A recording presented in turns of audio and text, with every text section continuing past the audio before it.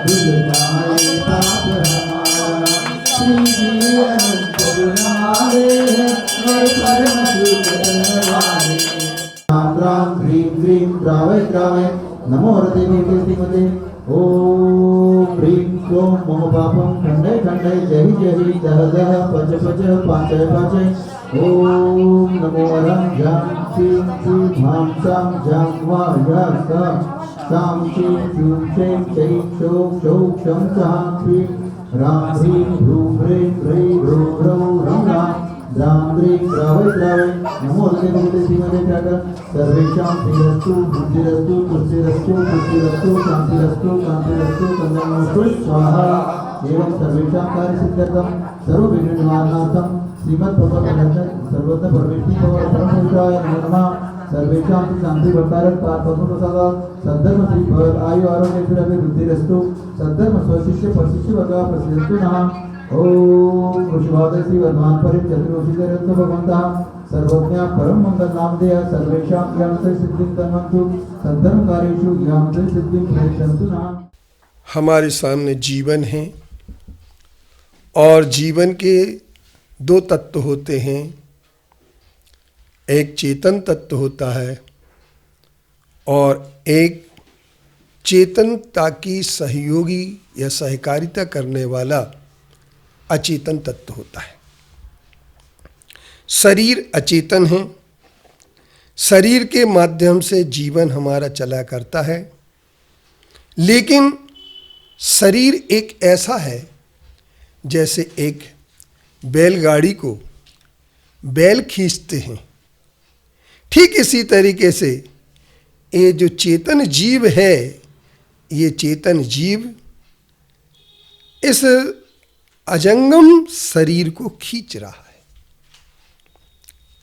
लोग पूछते हैं आपके जीवन का लक्ष्य क्या है। कभी कभी आपसे भी ये बात किसी ने पूछी होगी। मेरे प्यारे दर्शकों, आप लोगों के लिए सबसे पहले ये बात होती है कि जीवन का लक्ष्य क्या होना चाहिए। जीवन का लक्ष्य 3 प्रकार के हुआ करते हैं।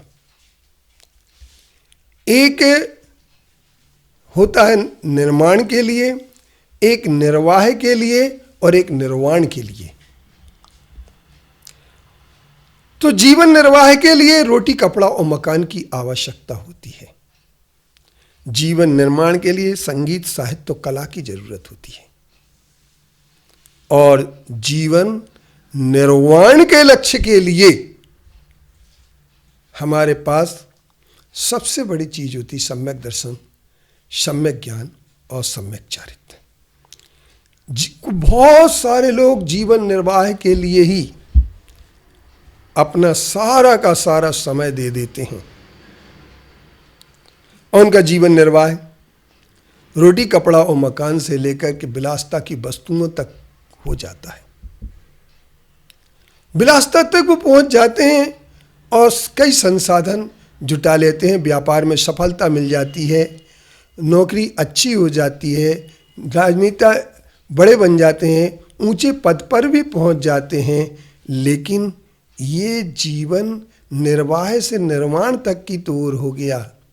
लेकिन चक्रवर्ती भी जब चक्रवर्ती पद को प्राप्त कर लेता है तो वह चक्रवर्ती पद को प्राप्त करने के बाद वह निर्माण से आगे बढ़ जाता है और वह जीवन निर्वाण की ओर बढ़ जाता है। निर्वाण अर्थात मोक्ष।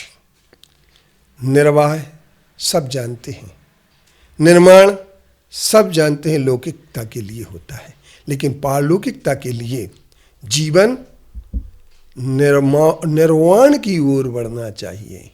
तो उसके लिए चक्रवर्ती, तीर्थंकर, बड़े बड़े महान संत भी सब कुछ छोड़ देते हैं।